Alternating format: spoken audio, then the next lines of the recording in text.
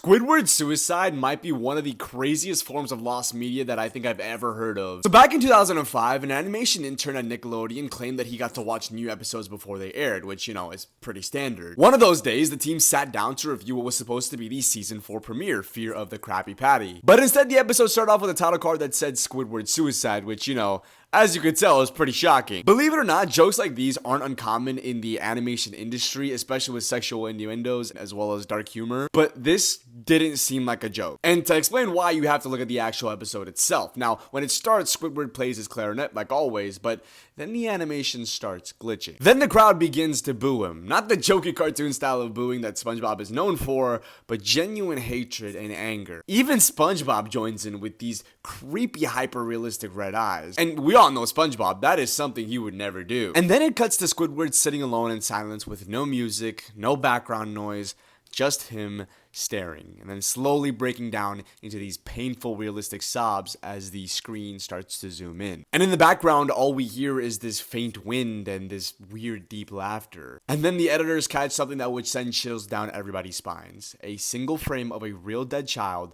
mutilated, with the photographer's shadow over the body. But then more frames appear, another child, and I'm not gonna get into the details, but it was enough to make editors freak out. One of them even starts throwing up, one of them starts running out crying. It's a big shit show. Then the episode ends with Squidward holding a shotgun and doing exactly what the title of this episode says. When they went to check the files, the edit had been added 24 seconds before they opened the file. Nobody knew who did it. No equipment was used, no animator ever said anything, and the children in the photos were never identified. Nickelodeon investigated. There was nothing, no leads, no sources, no nothing, man, no answers. Now, I do want to clarify this is a creepypasta, so obviously this is not real. But what's funny is that an altered version of the Squidward Red Mist photo was actually added into a season 12 episode, SpongeBob in Random Land, before it had to be cut out and changed due to some regulation rules. If y'all want to see what a blurred version of the video would have looked like without the freaking children part, it is on YouTube. It's pretty creepy, but yeah, I thought it was a pretty cool creepypasta. I think this is the only creepypasta that I've read that has genuinely sent chills down my spine.